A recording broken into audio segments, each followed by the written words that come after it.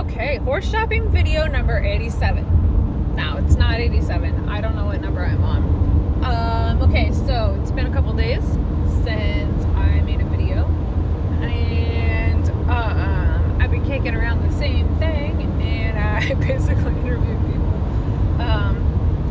And so I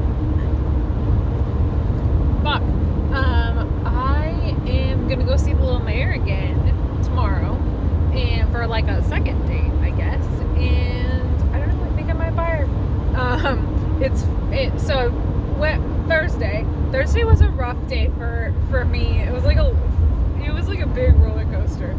I woke up with so much anxiety I could barely breathe. I was having it's funny, I don't know if this has happened to me before and I didn't have a word for it, so I didn't recognize it, or if it just has never happened to me before, but I was doing that depersonalization thing that they talk about with anxiety, where you don't feel like you're in your body.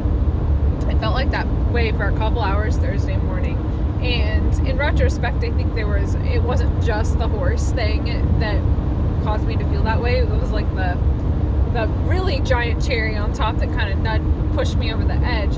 But I ended up, I finally calmed down, and so I decided I was going to go see the horse in the afternoon, which moving it from the afternoon actually, from the morning to the afternoon, way changed my anxiety about it.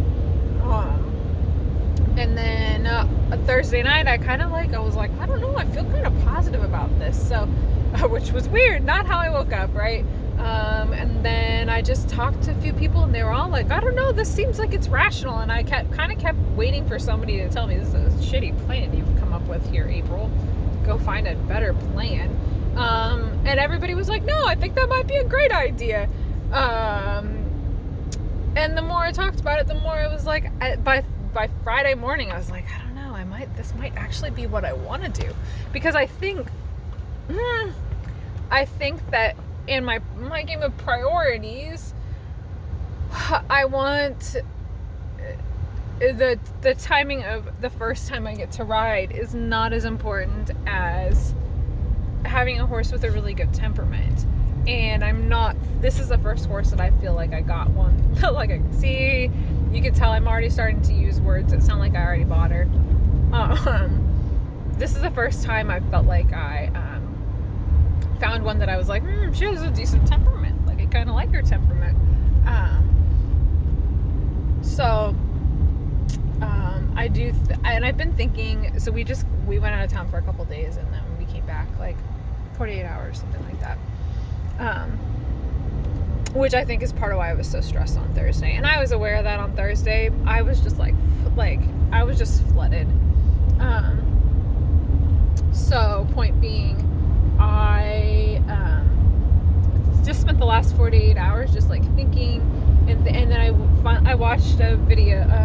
Was it a Mel Robbins, or maybe it was just something that I've been thinking about before? I mean, I stole this from Mel Robbins, which is that I've really been thinking about, what do I want the next chapter of my life to look like the next 5 to 10 years. That's something that I've been talking about. I just have words to articulate it. It's something I've been talking about since May. I've made other videos about it. And I felt like I'm in the middle of all these. It's just so strange. I know that it's just a cycle in life. Like, I was in this place 10 years ago too. And I think that's like a cycle that you get through in life. And so I've been thinking really conscientiously about what are some of the things that I want to change for the next chapter, and what do I want I get to write the next chapter, so what do I want the next chapter to look like? And certainly I see myself on a little horse in there somewhere as part of the next chapter. And I guess that's just like, I've been thinking about this as just like an opportunity to put something good into something instead of taking out the bad from something, which is what I've done my entire life. Like, this will be unlike any horse experience I've ever had, because every horse experience I've ever had was me fixing up something. I've never had a horse that didn't come to me with some kind of problems. So, and I think until 2 days ago, I thought that I was gonna just buy one that was really nice that didn't have problems, and that has turned out to be impossible because they all have problems. So And what I'm noticing is what this babbling video is I'm making choices. I'm coming up with reasons to do this, not to do this. And I'm making up reasons to actually take the next step instead of making up reasons to not take the next step, which tells me that deep down inside of me, it's something that I want to do, even though it's totally irrational. And I just watched, because you know how YouTube pays attention to you. I just watched a perfect TED Talk about listening to your nudges, and I was like, fuck. Like, first of all, I know YouTube is priming me for that shit. It's like, this is the kind of TED Talks you've been listening to lately, and you seem like you're listening to TED Talks about making decisions. But I think it's true.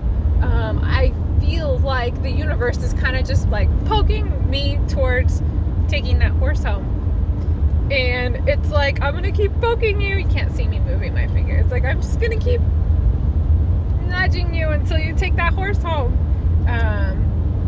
But then I think also I'm probably feeling like that. I'm also meta enough to realize I'm probably feeling like that because somewhere inside of me it's actually what I want. And at first I was like, is this what I want just because I want it to be over with? And because, I'll finally get like my stall will be saved. And then I'm like, I don't know. I thought that at first, but right now I'm like, I don't know. It'd sure be easier. Like the logic part of my brain is still talking, and it's like, it'd sure be cheaper and easier. Multitude of ways to just keep riding Lauren's horse. He's free and you like him. But even then, when I think about either leasing him, see, this is the nudge part. When I think about leasing that horse, or, in a pretend world where I think, I'd sure love to buy him. And then I always come up, there's always some reason. I mean, there's a couple of reasons where my intuition's like, no, you probably don't want to really buy that horse, even if he was for sale. And I mean, I think that leasing him would be difficult. And the fact that my gut is telling me leasing him would be difficult is why I haven't made that call. And I don't know that I realized that part until today. It's not so much that I've been holding out for something better, which is what I think I thought. It's that I realized that there would be a lot of things that would be things that I don't like. If we're talking about the way I want to live my life, I don't want those kinds of complications. This is beautiful light. I should always shoot like this. There's gonna be more videos, and I think something else I decided this week. No one probably will ever see this video, because what I decided this weekend is that I am going to hide a bunch of content on Steampunk Cowboy. Anything negative, anything with profanity. It's going to be hard for me not to curse, but YouTube gets mad at you if you curse too much. Hilarious. And I am going to vlog about it. So I'm going to vlog this whole... Look, see, I'm already talking like it's happened, which is a sure sign with me that I actually want to do it, in spite of whatever fear is still inside of me. There's fear inside of me too. There'll probably be a lot of videos about that. There's going to be a point where I'm like, what the fuck have I done? But you have to get to the other side of that. So, have I ever brought home a horse where I wasn't like, what the fuck have I done? No, not once. So April, watch this video again later to remind yourself that you have done that with literally every horse you've ever owned. This one's not going to be any different, and you're going to get through it just like you always did every other time. So, I am going to vlog about my experiences, and we'll see what happens. It'll be interesting.